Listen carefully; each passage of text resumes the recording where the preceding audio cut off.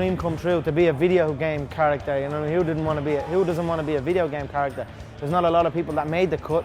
You know, only a select few people made the cut, and I'm honoured that they chose me. So it's a dream come true.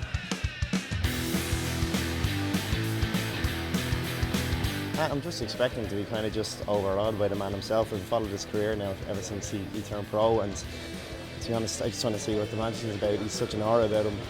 I'd say he just put on a show just to learn a few moves. Obviously, I think I'm going to have a few people maybe just not on guard because they think I'm a bit small, but you know, I think I can impress a few people, learn a few things, and you never know. I learn to defend myself, not to fight, but it might come in handy.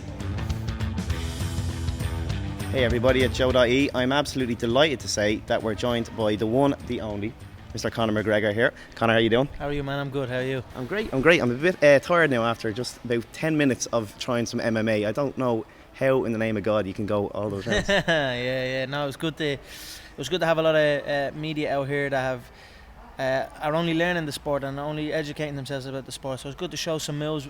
We're here for EA Sports, the UFC game, and it was good to demonstrate for you guys and let you feel it a little bit, you know, ultimately, because that's what it's ultimately about. You know, it's an educational process for people to see the different aspects of fighting. You know, that there's many ways you can win a fight. So it was good to show, and I'm glad you enjoyed it, and maybe you have a little bit of a newfound respect for it. Oh, definitely. And I mean, amongst all the list of accolades and honours, now you can put your name next to Super Mario and Sonic the Hedgehog, your game character. yeah.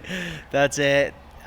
I'm blown away by it. You know what I mean? To see a video game character is like that's next level stuff. You know, to have a video game character and the accuracy of it, man. It looks exactly like me. Even the movements that it throws, even the shots it throws, are the shots that I throw. It's crazy. And obviously, as good as the game is, I had a look at it and it looks great. You can't be getting too distracted with it now, or there's the temptation there. Yeah, you know, that's what I've been thinking. You know, I don't want to just, because if I start playing that game, I'll be end up playing it too much. You know what I mean? So I'm gonna chill until after the fight, and then after the fight, I might get like a lot of friends over and, you know, eat a lot of bad food and stuff like that. You know, because right now I'm cutting weight, I'm trimming down for the weigh-ins. So I've got to be focused, and this is ultimately this is really where I earn my paycheck. You know what I mean? So I have to be disciplined here. So Conor, obviously you said you're away in Iceland, probably as well, just to maybe just get away from it and, you know, focus the mind and obviously get a few good sessions in. But now that you're back in Ireland and obviously you're talking to the press and people are probably talking in the streets and your mates. You know, how does it feel now that we're kind of in the final countdown? Yeah, I'm just embracing it all, taking it all in. You know, this is a dream. Literally, this is my dreams becoming a reality. So I'm just embracing it all. Everyone that's been on this journey with me and everyone a part of Irish martial arts and Irish MMA, this is huge for us to have the UFC finally back here in our hometown and have multiple Irish fighters on the card. This is exactly what we wanted. So I'm just embracing it.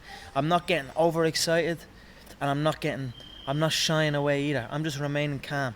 Yeah. I'm just staying in that perfect middle ground. Yeah. And I mean, I think everyone here is delighted to see you. You look fighting fit and even going through your pace there. Can you tell us a bit about the time with the knee? Like, were you just chomping at the bit? Was that the most frustrating part? Because you just wanted to get back? Because you had such a good momentum after the Holloway fight, you know? Of course. It was devastating to have that momentum building and then to have it just taken away. And it kind of led me down a different path, you know. Like, a lot of people in Ireland know me probably more for other stuff than the actual fighting, you know, the TV stuff and all of that other, you know, the documentary and things like that. So now it's good to be finally back and doing what I do best, you know, and I'm going to prove, you know, I've been talking a lot throughout this. I'm going to go in and prove on July 19th everything that I've been saying is I'm talking sense. But that's one thing as well. I mean, like, you see it with the likes of, like, even you look at football, Ibrahimovic and even Ali, like they do talk, they're showmen, and that's something that you are. But you've backed it up. Yeah. Every match you've had, you backed it up. Yeah. Well, this is it. You know, I don't understand. You know, if you're the best and you're saying you're not, I don't get that. Yeah. You know, this is if you're good, you're good. You know, let it be known. Yeah. I like to let it be known. You know what I mean? So. And regarding the fight itself, does the change of opponents, obviously it was Miller and now it's Brandao, does that change your approach, or are you always just focused on your own skills, your own strengths, or is it kind of fight management? You have to look at the opponent's strengths as well. Are you more focused on what you do yourself best? Yeah, definitely, I'm focused on what I do, what I'm doing all the time. I'm always looking to improve, but coming up through the ranks before the UFC, this is a common thing that happens. People pull out last minute. People don't show up at the weigh-ins. You know, this is what it is. These things happen in the sport. So I'm used to this. This has been happening for me long before the UFC. Yeah.